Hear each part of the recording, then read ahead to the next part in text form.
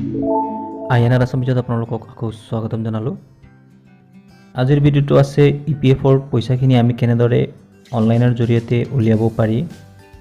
আমি ইপিএফৰে হওক, পিএফৰে হওক, চিপিএফৰে হওক পইচাখিনি উলিয়াবলৈ আজিকালি বহুত কষ্ট কৰিবলগীয়া নহয়, যিহেতু আমি অনলাইনৰ দ্বাৰাই এইখিনি বস্তু আমি উলিয়াব পাৰি। আজিৰ ভিডিঅ'টো মই ক'ম কেনেদৰে আমি উমং এপৰ দ্বাৰা আমি পইচাখিনি উলিয়াব লাগে। তাৰ কাৰণে প্ৰথমতে প্লে ষ্টৰৰ পৰা উমং এপটো ডাউনলোড কৰিব লাগে। ডাউনলোড কৰি সেট কৰাৰ পিছত আমি এনে ধৰণৰ এটা ডিসপ্লে দেখা পাম, তাতে ইপিএফ আছে। যদি নাপায় তেনেহলে সার্চ কৰি পেলাই ইপিএফটো উলিয়াব লাগে। এতিয়া অনলাইন পইচাখিনি এপ্লাই কৰাৰ প্ৰথম প্ৰসেসটো হ'ল ইউএন এক্টিভেশন। তাৰ কাৰণে আমি এমপ্লয় সেন্ট্ৰিক সাৰ্ভিসেস তাতে আমি ক্লিক কৰিম। তাৰ তলত আছে ইউএন এক্টিভেশন, আমি সেইখিনিকে আমি ক্লিক কৰিম।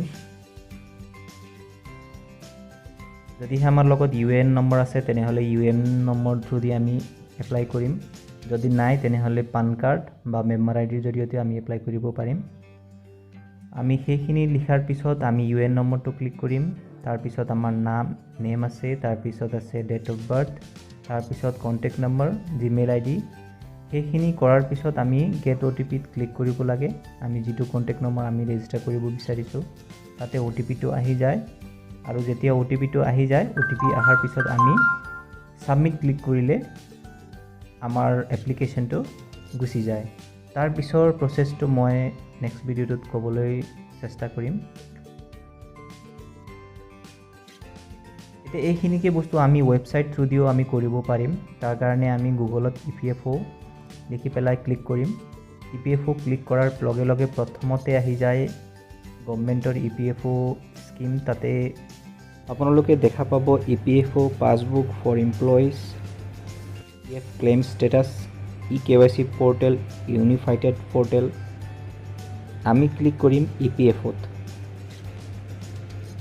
নেট অকমান স্লো আছে বাৰু।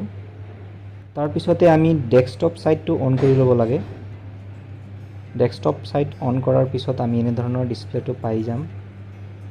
এতিয়া ইয়াতে তলত আছে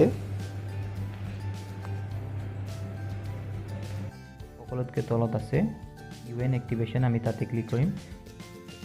এতিয়া আকৌ সেম প্ৰসিজাৰ আমি যেটো উমং এপত কৰিছিলো ঠিক সেইটোৱে প্ৰসিজাৰ হয়। আমাক যোনটো সহজ লাগে আমি কৰিব পাৰো। পৰাপক্ষত উমং এপটো অতি সহজ, গতিকে উমং এপত কৰিব পাৰি। কিছুমানৰ উমং এপত হয়তো সাপোৰ্ট নকৰে, সেই কাৰণে আমি ওয়েবসাইট থ্ৰু দিও দেখাই দিছো। গতিকে ঠিক এনেদৰে আপোনালোকেও ইউএন এক্টিভেশনটো প্ৰথমতে কৰিব লাগিব। তাৰ পিছত কেৱাইচি ফিলআপ কৰিব লাগিব, তাৰ পিছত ক্লেম কৰিব লাগিব। পৰৱৰ্তী ভিডিঅ'ত মই ক্লেম আৰু কেৱাইচি কেনেকৈ ফিলআপ কৰিব লাগে মই সেইখিনিৰ ভিডিঅ' বনাম। আজিৰ ভিডিঅ'টোৰ পৰা আপোনালোকে অকমান হলেও লাভ পাইছে তেনেহলে লাইক, শেয়াৰ আৰু সাবস্ক্ৰাইব কৰিবলৈ নাপাহৰিব। ভিডিঅ'টো চোৱাৰ বাবে ধন্যবাদ।